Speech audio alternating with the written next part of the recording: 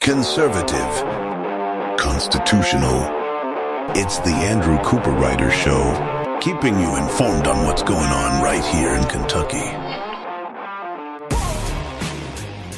Today on the Andrew Cooperrider Show, the Southern Poverty Law Center has taken the time to weigh in on one of the candidates running in the Kentucky House District 66 State House race. And that points out just how spicy this year's primaries are going to get.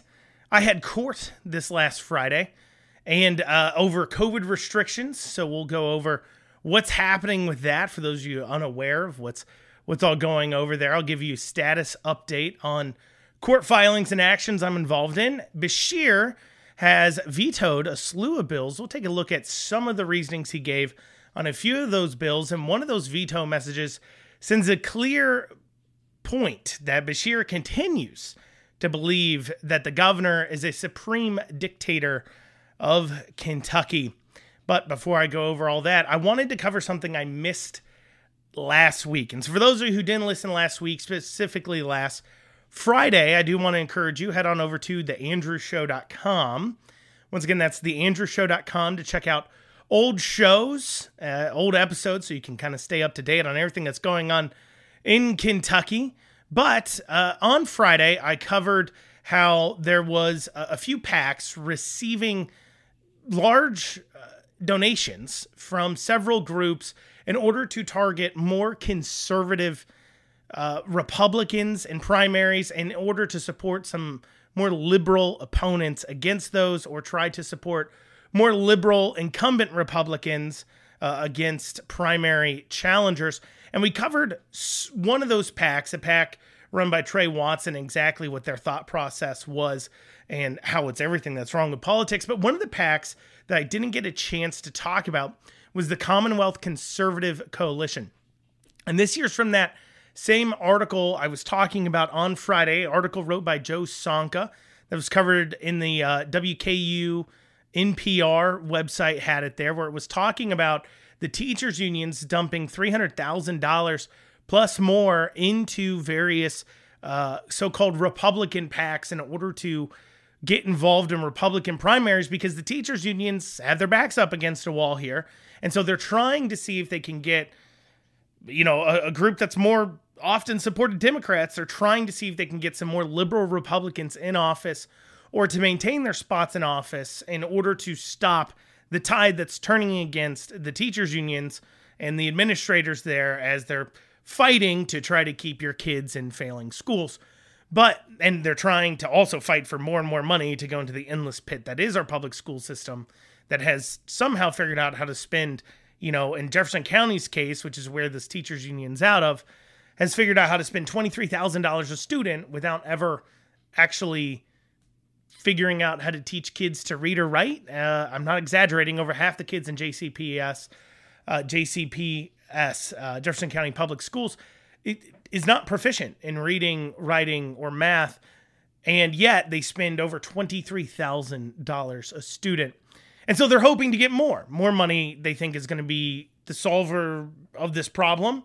And so they weigh in and they get involved in these Republican primaries to try to support the Republicans that continue to buy into the lie that we need, that our education system just needs more money. That's what it needs, not an overhaul completely about how we do things.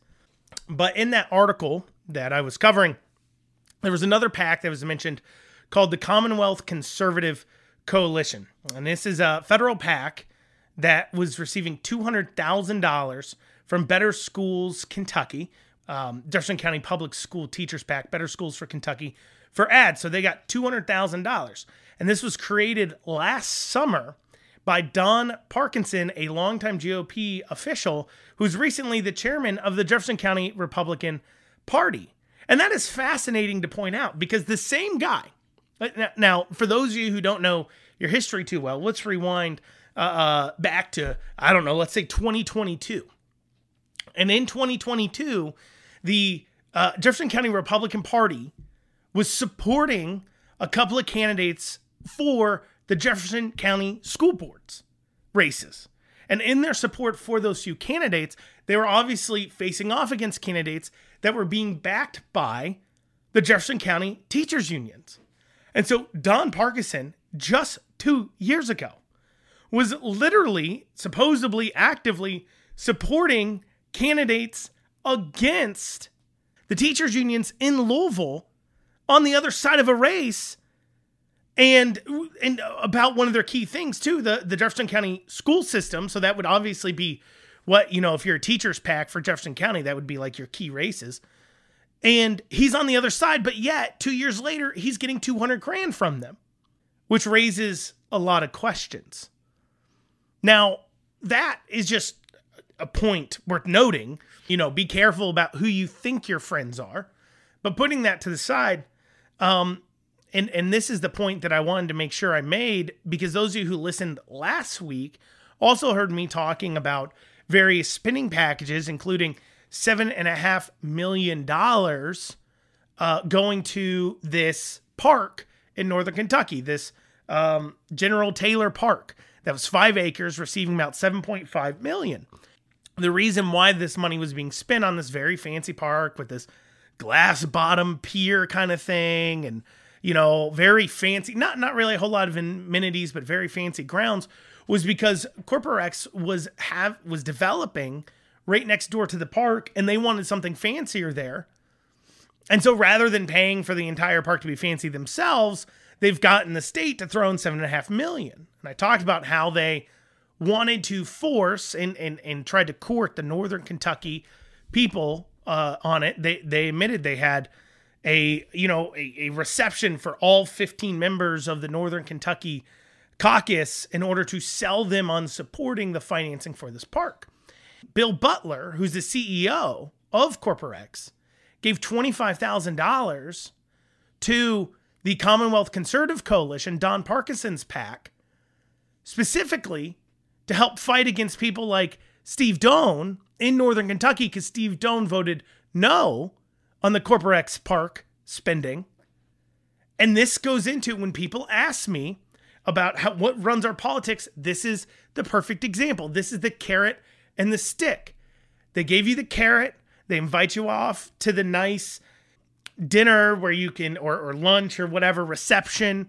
They get it catered. They tell you how great this is going to be and how wonderful it'll be for all the taxpayers, even though they're the ones funding it and they're not getting a whole lot of amenities for their money. But they convince them that it's great for the taxpayers. This is a great project for them to back, and they will be happy and they're just trying to get them to support that quote unquote public park next door. But Doan votes no, so they give $25,000 to a PAC to go after Doan. Carrot and stick. How this votes get bought. People say, who's they? How are these votes getting bought? What happens to make people vote a certain way? And there's no real, Doan could easily have sat there and said, I'm going to vote yes on this park because it's going to pass anyways. And if I vote yes, then $25,000 won't get spent against me. But at the same time, that would go against his principles. And so Doan, being a principled person, says, no, I'm going to stand here. I'm not going to vote for this.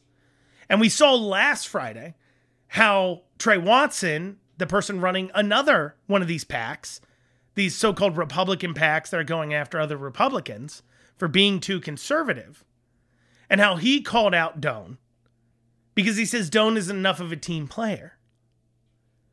Because Doan just doesn't vote with the rest of the party. And so this is where this is the perfect story to encourage people. You have to support the people who are doing the right thing and support the people who are challenging those who are not doing the right thing. Whether that's with your time, your money, your vocal support, however you can give it and however you can spare it. It's important to do it because doing the right thing will get you under attack from these giant corporations that can dump all kinds of money trying to buy votes like Cooperrider. When we come back, speaking of primaries, we've got an interesting Southern Poverty Law Center weighing in on House District 66 race. We'll have that after this short break. You're listening to the Andrew Cooperrider Show, your source for Kentucky politics. And you're back with the Andrew Cooperrider Show, your source for Kentucky politics. So House District 66 in Northern Kentucky is quite a fascinating race. So 2 years ago, it was a seat that was held by incumbent Ed Massey. Ed Massey's voting record was awful. He was awful. He's an awful person. He is very liberal. He donated to Hillary Clinton. He supported things like increasing gas taxes. Just a slew of awful things. Like, he was not a good Republican representative. And he was facing off against Steve Rawlings. And Ed Massey, in that race, raised $116,000. $116,000. And then on top of that, outside monies came in. I bet you there was around $200,000, maybe $225,000 spent in that race. Now, Rawlings, on the other side of things, this was 2 years ago, this House District 66, Rawlings only spent $15,000 himself.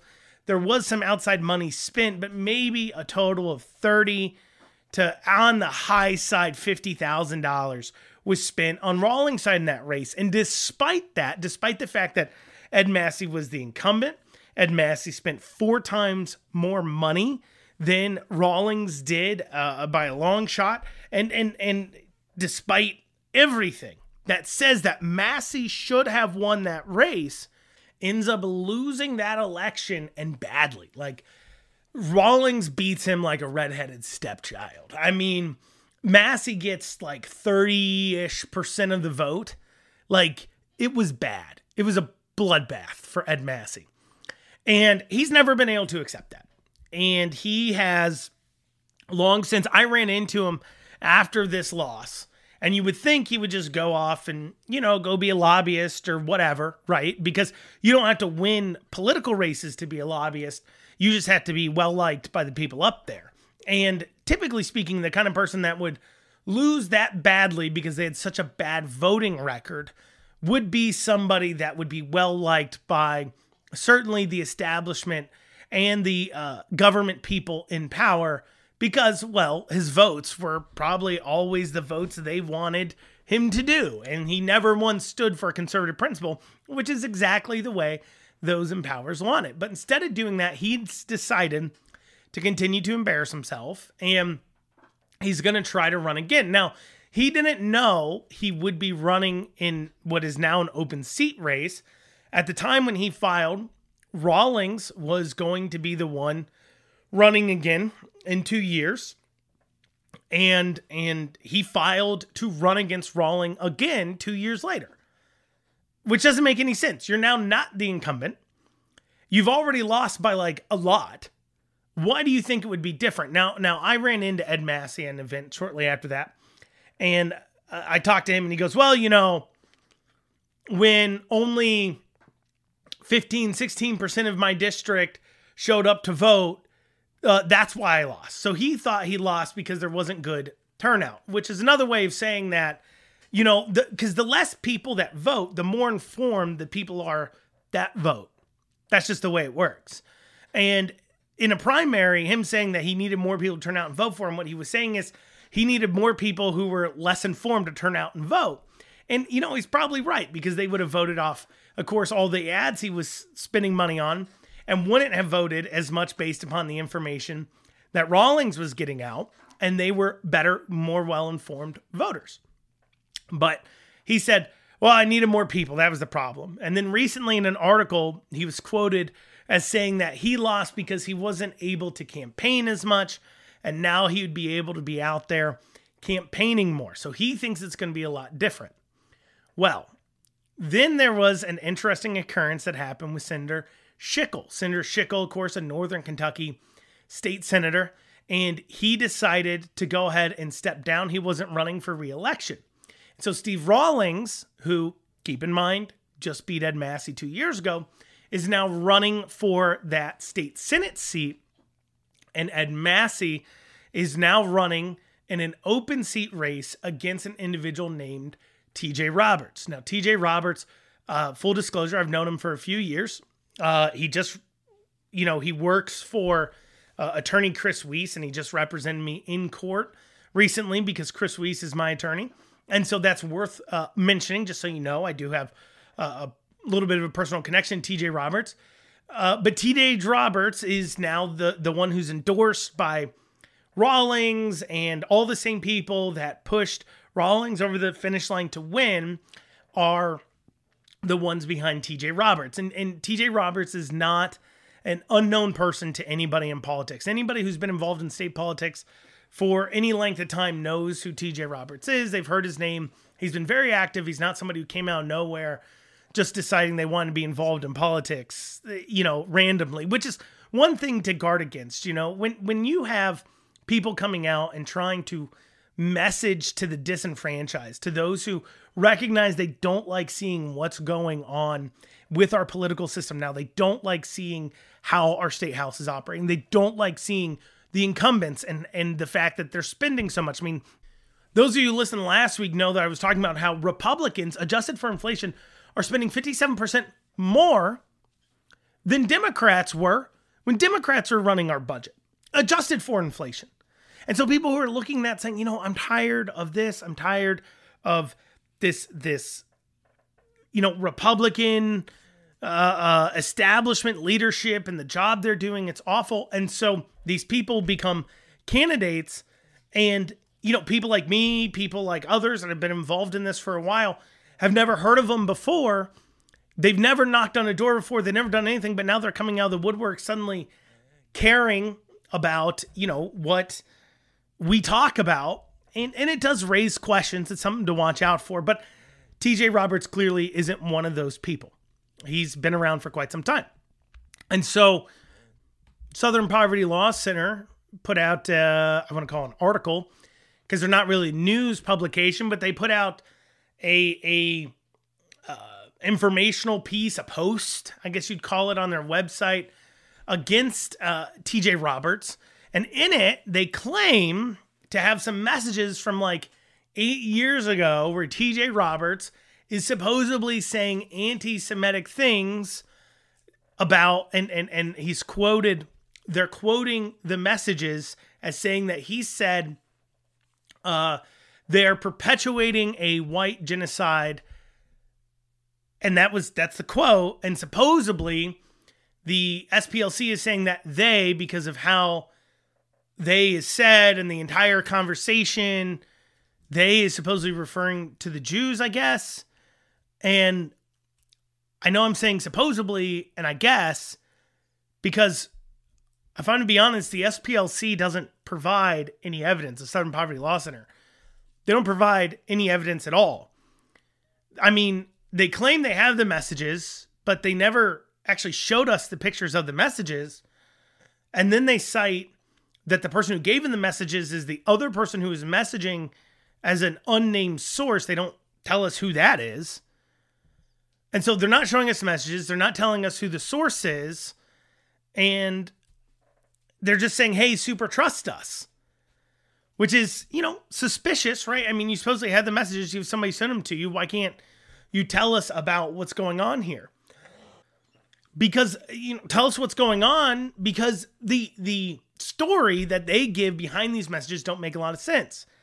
So they claim that they got the messages from somebody who doesn't want to reveal who they are because they're still active in the liberty side of politics. So they're still like active on our side, which leads to a lot of questions. One, if you're still active for liberty politics, in what world do you want Ed Massey to beat TJ Roberts? Like, in what world do you want Ed Massey to be the one who wins that primary? Ed Massey's voting record, Ed Massey's viewpoint on things is clearly not that of a conservative. He's not that of a person who values constitutional liberty. He is somebody who looks at government as a source of solution, not a necessary evil. I mean, this is just, objectively speaking, Ed Massey shouldn't be the person you want to see win that race if you are somebody who believes in, a more conservative government that spends less money. Because, when you look around, you look at the Republican establishment and you look at where we're at, well, it's people like Ed Massey that have gotten us here. Like, he's actively been a part of that because he's already been in office and voted. And so if you're active on the liberty side of politics, why would you be the providing information to help Ed Massey win. And then on top of that, and you could say, well, because the person maybe TJ really did send these things and meant them how they're said. And maybe it's that the person was offended by the fact that he was supposedly being anti-Semitic. But that doesn't make sense either, because the other person in the messages, as cited by the SPLC, is supposedly, according to them, also being anti-Semitic, according to them. Which leaves a lot of questions about what the SPLC is doing here, and not questions that the SPLC answers, but that doesn't stop the Herald-Leader from publishing an article about this. We'll talk about that when we get back. You're listening to the Andrew Cooperrider Show, your source for Kentucky politics. And you're back with the Andrew Cooperrider Show. Before the break, we were talking about the Southern Poverty Law Center published a piece against a candidate for House District 66, TJ Roberts, saying that they supposedly had gotten a hold of old messages that they say is anti-Semitic, and they don't provide us with any screenshots or evidence that they actually obtained the messages. They don't provide us with the source. They don't provide us with anything other than what's supposedly in the messages. And what they quote, they don't show us the entire message either. All they say is that in the messages, at one point, TJ Roberts supposedly said they are perpetuating a white genocide. And SPLC is saying that based upon the larger context of the message, they is referring to the Jews. And so that's why they call it anti-Semitic. And I say supposedly and they, and as I said this in the last segment, because the SPLC provides us no evidence to corroborate this story. I have no idea if they made it up. I have no idea if the messages are doctored. I have no idea if the messages are part of a greater context. Is they somebody else? I have no idea what he means by white genocide, because I cannot see anything else. This is just text wrote by SPLC in an article. But despite the fact that they provide no evidence and no claim, they don't cite their sources, no screenshots, nothing, despite all that, that didn't stop the Herald-Leader from writing an article about the Southern Poverty Law Center article. And that was wrote by Austin Horn, who I generally like. I'm very friendly with. But he took the SPLC article and then wrote an article about the SPLC article. And then in the Herald-Leader article, I'm not kidding, guys, it even says that they could not confirm the story. And this is just everything that's wrong with our news media. And I wonder why people don't trust news media as much. You literally are writing an article saying you couldn't confirm SPL's, the Southern Poverty Law Center's story.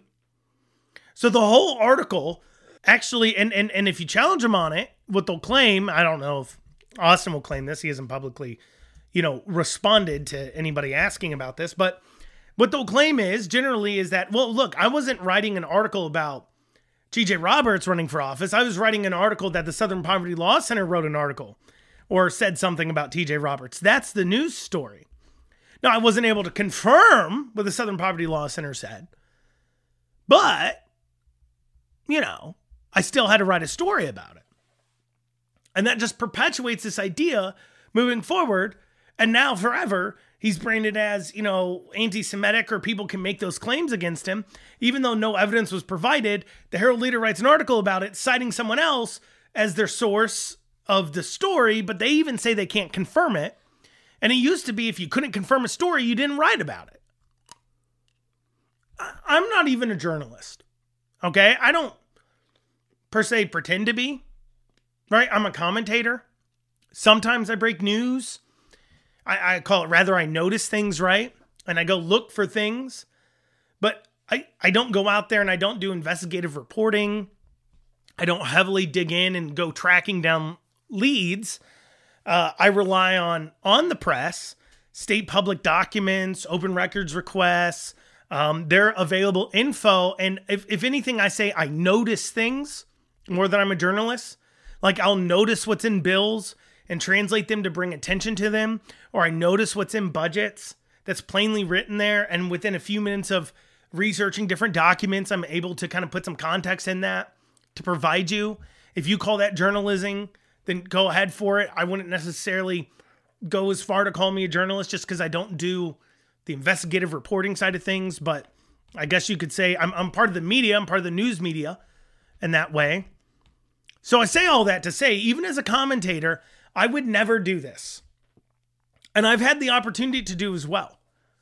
If I cannot provide some sort of factual documentation, or if I don't have a lot of sources on something, I would never report on it. One person promising me it's true without any kind of other screenshots or documentations like the messages in this case, I wouldn't even talk about those kinds of things.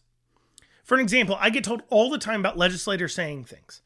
Just a few weeks ago, I was told, for an example, about a legislator that was claiming something was an accident. They accidentally did something, but they actually said it wasn't an accident. They did it on purpose because they were trying to stop a bill or stop something from happening. And so what they're claiming was an accident really wasn't. And that they'd said it to several people, that they did it on purpose. Now, I could have ran with that when I reported on the overall story here on the show, and I could have talked about how, that person had said those things, but I didn't because I couldn't verify. I can't provide any documentation, no proof outside of what a few people had told me, and I just didn't have the facts enough that I felt comfortable reporting it. So for them to write an article as a journalist for a paper with no ability to verify anything is very, very questionable to me. And now what's funny is I see the same people that are out there now commenting on TJ Roberts things, calling him anti-Semite and all these other things, anti-Semitic.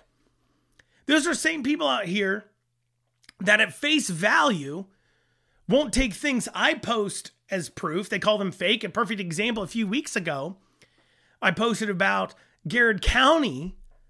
That some of you may remember, they sent out this flyer from the library that was asking, 10, 11-year-olds about their sexuality from the public library. And I posted a picture that I was sent of that survey they put out. And I said, this was sent out by the public library. And some of the first few comments from the same people now running with the anti-Semitic story against TJ Roberts was, oh, it's fake. I made it up. I literally had somebody say, oh, I think this is fake. And I go, well, it's not. And they're like, well, you didn't post the back, the side, the front. Where's the rest of it? People don't normally just post just a picture of the document. They post everything else to do with the document. I'm like, well, that's not true. This is everything. But that same person is now out here off of this SPLC story, which didn't post any proof of the matter, saying that, this guy's an anti-Semitic. It just goes to show that if you're in your lane, there's never enough proof to get you to believe something that goes against your narrative. If you believe this, if it would go against your viewpoint on life, you'll discount as fake, not true, no way, that's your first thought. But the minute something backs up a viewpoint you already wish to hold, that all these Republicans that disagree with you are somehow racist, evil anti-Semites, then that must be the case that, well, that's worth us going ahead and believing that without any evidence. It's very, very frustrating to see. It's just very frustrating. And so now for TJ Roberts' part, he did come out and say that he's not anti-Semitic, and that's it. And really, until we see more evidence of it, there's nothing more we can talk about here. Because it's nothing but a he said, she said, with nobody providing the evidence. And I think it's shoddy journalism on the Herald-Leader's part to be reporting on a story that they themselves in the article say they can't verify. It's absolutely ridiculous. Absolutely ridiculous. Well, I had court last Friday, and so we'll be going over that when we get back, kind of that story about what's going on in court. I was going to talk about some of the bills that Beshear has vetoed today, but we're going into the final segment. I'm probably going to run out of time to talk about the vetoed bills. We'll see what will happen when I get back. If I do run out of time, don't worry. I'll just talk about it later this week to keep you all super well informed. If you have any comments, questions for the show, feel free to reach out at info@theandrewshow.com. Once again, that's info@theandrewshow.com. When we get back, I'll go over where my COVID cases are in court, because I just had that hearing on Friday. You're listening to the Andrew Cooperrider Show, your source for Kentucky politics. And you're back with the Andrew Cooperrider Show. Now, for some of you are not aware, you just started listening to this show because you love it and you like staying up to date on everything going on in Kentucky. Some of you are listening on WZXI, which is available. The Andrew Cooperrider Show comes out there Monday through Friday at 9 a.m. And now there's a replay at 9 p.m. So at the 9s, you can listen to the Andrew Cooperrider Show on WZXI.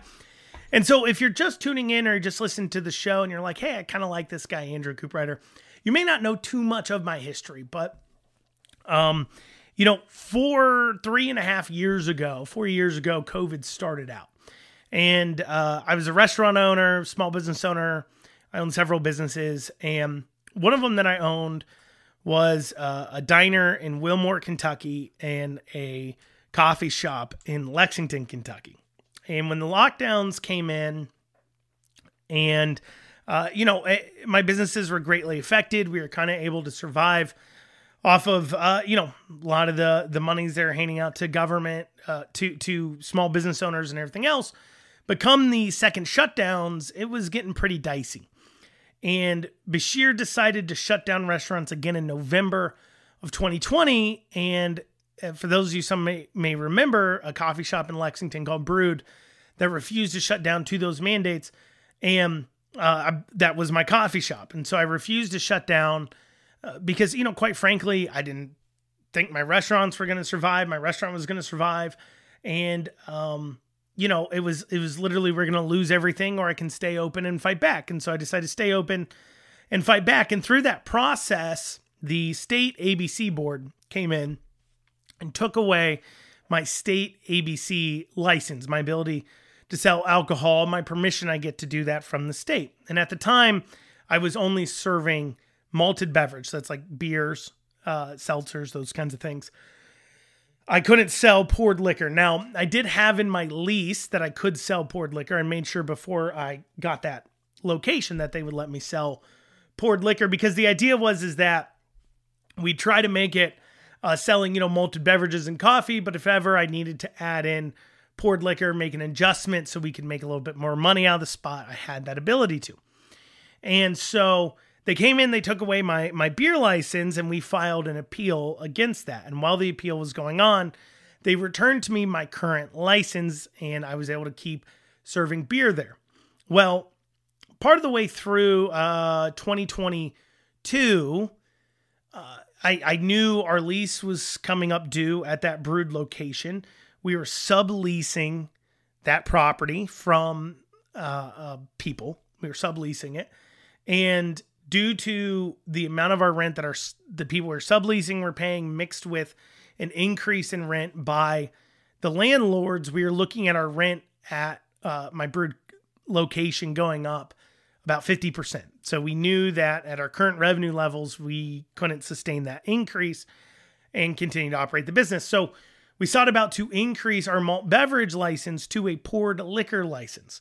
So that way we could stay open later, serve liquor drinks, do maybe a little bit more of a bourbon bar in the afternoon. So it would be pour over, boutique coffee shop in the mornings and a bourbon bar in the evenings was kind of the idea we were going to transition to.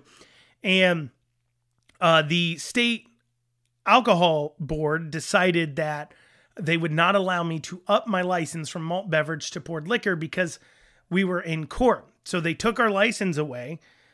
We appealed that decision. We went in front of an administrative law judge, and the administrative judge actually ruled in our favor. And we were able to present expert witnesses, and they presented their state epidemiologists. We presented some expert witnesses. And what ended up saying, and the state ended up admitting that, and this is crazy for those of you who, looked at COVID and said, look, what's going on here is wrong. And it's just wrong what they're doing. The state actually admitted that according to the science they know now, lockdowns were ineffective. and that me being open and serving coffee was not actually creating a public health crisis. This is what they said. It's on the record. This is what they said.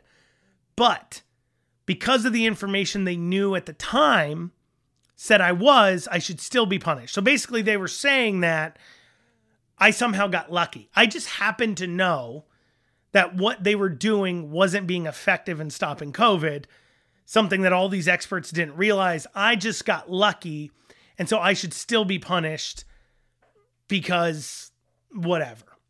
And the administrative judge clearly wasn't really having that, and she ended up ruling in our favor, ruling that we could get our license back and could continue on. Well, because of how the laws are set here in Kentucky, the state ABC board doesn't have to follow those laws.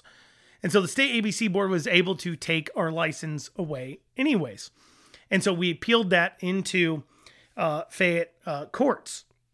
And while that was going on is when I asked to up my malt beverage license to a liquor license, to a poured liquor license.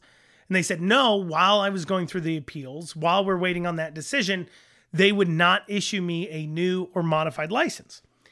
And so I said, okay, well, that's a real problem. And then when I tried to move my locations, because I said, well, I guess I can't serve poured liquor, so I can't afford the rent here, so I'll move locations. So we go to move locations. We get a new spot and everything. I was told by ABC at that point that I couldn't get a new license issued to me at the new location either because of the pending action. And so while this sat in court, I was basically not able to open up to the public because, you know, and some people say, well, a lot of people have coffee shops that don't sell alcohol. And one thing a lot of those coffee shops have is a drive-through. That's something I don't have at my locations, is a drive-through.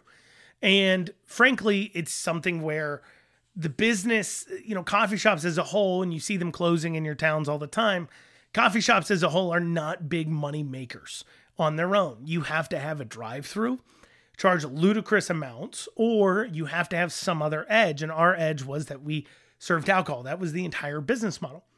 And so without the ability to serve alcohol, we couldn't reopen. And so this has been pending in courts for a little while. And we had a hearing on Friday because the state ABC board was trying to say that since my business no longer operated, that the case should be dismissed because of mutinous and they should be able to take away my license. Now, the punishment, if they do take away my license, is that for 2 years, I cannot operate, own, have a controlling interest, have an interest in, not just controlling, but have an interest in. I can't do anything to do with alcohol in the state for 2 years. And so there's still a punishment in place. And so they're trying to argue that since my business isn't open, doesn't operate anymore, because keep in mind, they were the ones who closed it. They forbid me from upping my license to poured liquor at my old location. So that meant the rent got out of hand when it went up by 50%. And then when I moved to a new location, I was refused to get a new license at the new location. And so I couldn't operate there, wasn't able to operate. And it was because of their actions, what they were doing. And so to argue that because they kept it in court and denied me licensing, that now makes the issue moot because they've shut me down is not only, one, morally abhorrent, but two, the fact that the punishment is for 2 years, I can't operate or open, so I can't open up this business again for 2 years, shows that damages would occur. Damages have occurred, damages would occur. And so their argument that this was somehow mute because they closed the business essentially is ridiculous. And also what's ridiculous is, you know, COVID happened 3.5 years ago. And the fact that we're still fighting on these issues is ridiculous and out of control. I mean, I know a lot of people have forgotten about it, moved on, so on and so forth. And I understand that. But the fight continues on. It also helps that I have fantastic attorneys in Chris Weiss and TJ Roberts, of course, too, as well, also working on that case. So without them, I don't know how we would have kept fighting. And I also want to reflect on the fact that in 2021, our legislators had a bill that would have stopped these kinds of actions from happening against any business.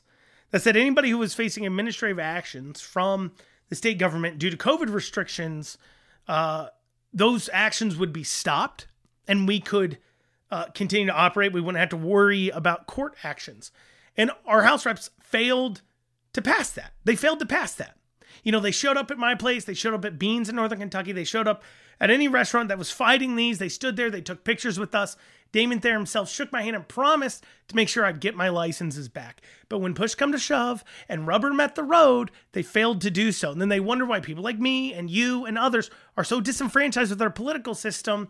It's clear that when the minute they will say all the rhetoric they can, but the minute they actually have to expend some of their own effort on something, they back away from it. And it's everything that's wrong with politics. Well, y'all, that's what I got time for today on the Andrew Cooperrider Show. Like I said, tomorrow we'll be digging into some of those veto messages.